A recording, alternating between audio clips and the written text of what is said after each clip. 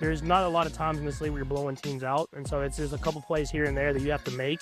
And we've been able to make those plays in these last few years, and we're not doing that this year. And now it's about giving ourselves more opportunities to make those plays, and then when we get those opportunities, going out there and doing it. And so I'm excited for it. We got a lot of good football teams coming up, starting off with the Colts. But it's a great opportunity to go out there and get our season turned around and get going in the right direction.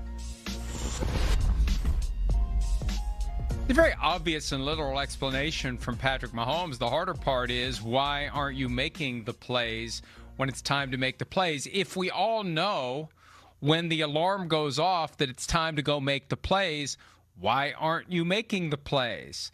He set it up nicely, Myles Simmons. He leaves me hanging as to the real question. What changed between last year and this year where you used to make the plays in crunch time and now you don't? And I think the easy explanation is they're just not as good as they used to be. And good morning. Good morning to you. It's divine intervention, right? I mean, like some of those games last year, where they won, like the Raiders game at home, where Aiden O'Connell, somehow fumbles, right? Like they should have lost that game. The game that they won against the Broncos, where you can say, yeah, they had a good play on special teams, to be able to go in and block the kick. Like, yeah, that's another one that they really should have lost. But last year, I mean, in a lot of ways, the Chiefs were fugazi. Can we still say that on NBCSN? I don't know. I just did anyway. But like, yes, a lot of those things. Fugazi. Fugazi is fine. Trust me.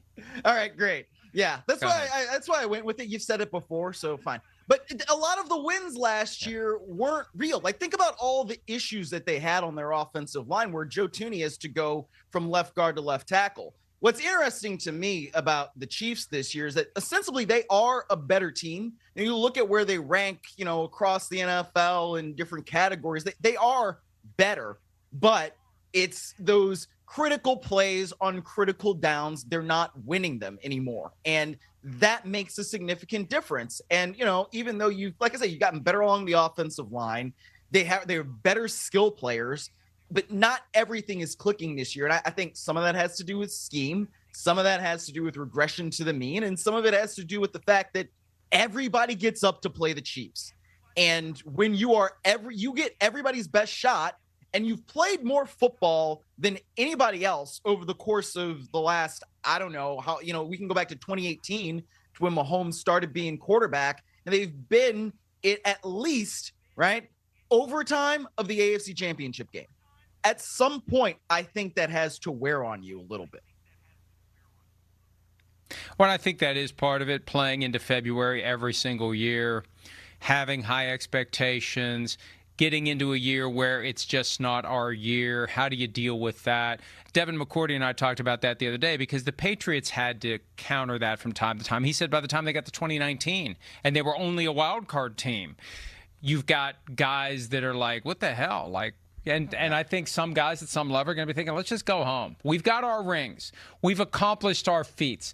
We're going to have our bronze busts. We'll just come back next year and try it again. But I don't know that Patrick Mahomes is willing to settle for that. He's chasing Tom Brady's 7 Super Bowl rings, and he's got 3, could have 5, trying to get 4 more at least, if not more than that. So he's not going to be happy with this outcome. But and maybe this is just a projection of calm, I just don't, like, they don't seem all that upset, right? They don't seem perturbed. They don't seem perplexed. Like, it's a very logical explanation for Patrick Mahomes, who sounds and has the same vibe this year that he has any other year. It's like, it's no big deal. We used to make these plays, and now the next time we're in a position to make these plays, we just have to make these plays. Like, it's like turning on a light switch. And the light switch isn't there this year. I think that's the difference. And look, I'm not going to rule out the possibility of this team finding its way. They get a great opportunity to show what they can do against the Colts, one of the best teams so far this season in the NFL. And nothing like beating the Colts to give them a lift and push them back into it. And if there was any team that was going to be 5-5 and underachieving, the Chiefs are the team I would believe in to find a way to work it out. I'm not ready to cross them off because they have a well of experience they can tap into. When other teams are going to start getting a little tighter, this time of year, they won't. And I think that'll make a difference. Of course it will. And, don't let them get in, right? Even if they get in as a 7 seed, which, at this point, it's not totally unrealistic to think of that. They can go to wherever they need to go and play however they need to play and end up winning. We've seen it time and time again. A couple years ago, they lose to the Raiders on Christmas, and it looks like they're dead and buried. And then they get into the postseason. They beat Miami in the Ice Bowl, right? They go to Buffalo, they win. They go to Baltimore, they win. They win the Super Bowl. So, this is because of the experience that they have. It is not, to me, unrealistic for them to go on a little bit of a run, steal that 7 seed. And then lo and behold, we're going to be talking about them, at Super Bowl week in the Bay Area in February. I absolutely can see that happening because of the experience gained over there. And because we know that eventually, it seems like, at least every year so far that Patrick Mahomes has been a starter, they make the plays, right? And that's where I guess I'm not going to believe it until I see it, that the Chiefs are not going to be in the playoffs. That's my attitude toward it. It is amazing to think, we were resigned to the possibility when the season began of Eagles-Chiefs again in the Super Bowl. But if the Chiefs were to ultimately make it back, it would be through the craziest, most unusual twists and turns and highs and lows, and so far more lows than highs. And I don't know what I prefer here. Because as someone who just loves chaos, I was touching on the possibility earlier of the Chiefs, the Ravens, and the Bills not making the playoffs.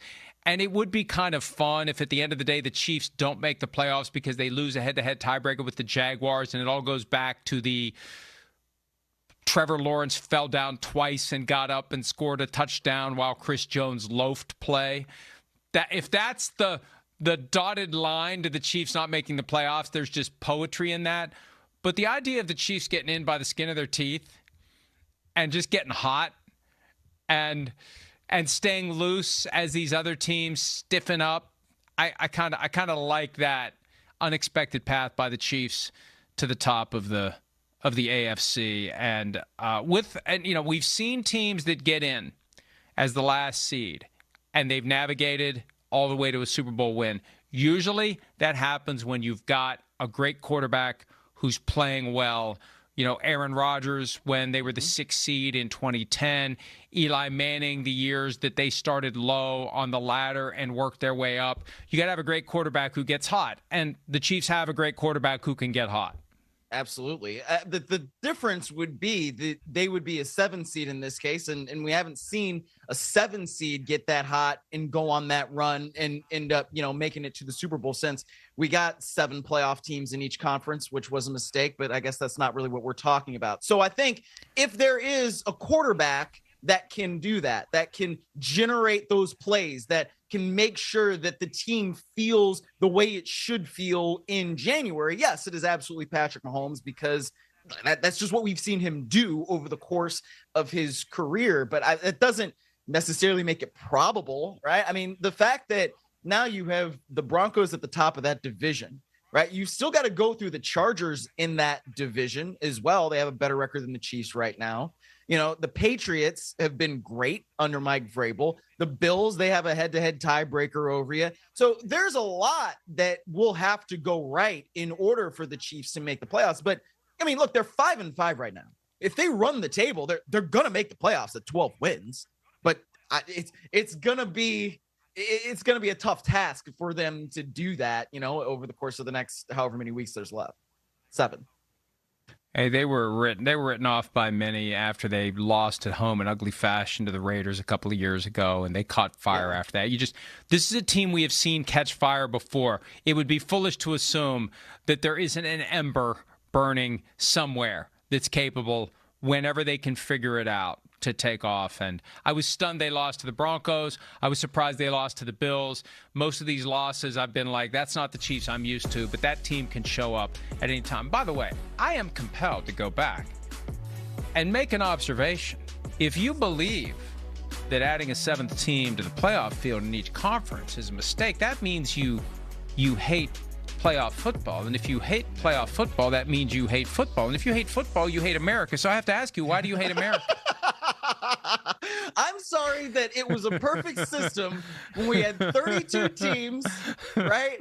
And you had 6 in each conference get to the playoffs, and then 2 teams had a first round bye. I loved that. I thought that worked well because I think if you get the second best record in your conference, there should be a better reward for you than just having to play, right? Even if it is kind of the little sisters of the poor, which sometimes happens. But other times it doesn't happen, right? Nobody expected the Packers to beat the Cowboys a couple of years ago, and lo and behold, they did. So I don't know.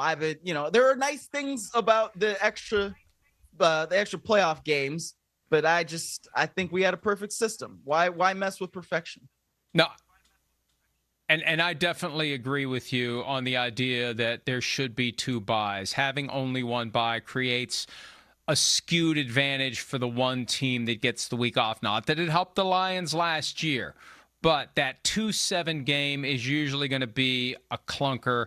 And if we're going to do that, then let's have 8. Let's make the 1 seed play as well in that wild card round. But I do agree with that. And it's funny because when they first were proposing it, we were at either the combine or the league meetings, probably the combine, and started asking the coaches what they think about 7 playoff teams. It's like, not a point that any of these guys have a problem with it. Yeah, because usually the litmus test for keeping your job is making the playoffs. So, yes, I will happily accept having an extra opportunity to save my job if I'm having a tough season. Hi, it's Mike Florio. Thanks for watching PFT on YouTube. Hit subscribe for the latest news and analysis from Pro Football Talk.